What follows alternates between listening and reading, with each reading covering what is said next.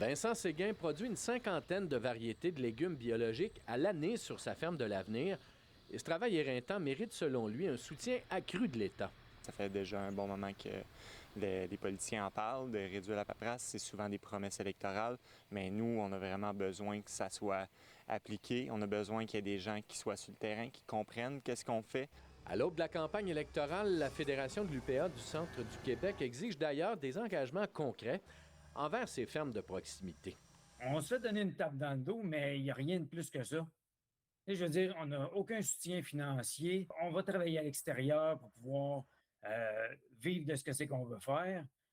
Ça ne fonctionne pas. Selon l'UPA, plusieurs de ces entreprises qui représentent près de 45 des exploitations de la région demeurent fragiles.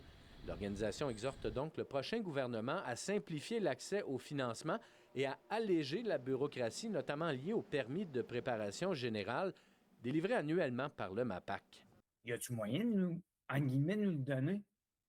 Si on est si important que ça, le marché de proximité, ça pourrait déjà être un bon pas de dire que ce 365 $-là, la société l'investit dans vous autres.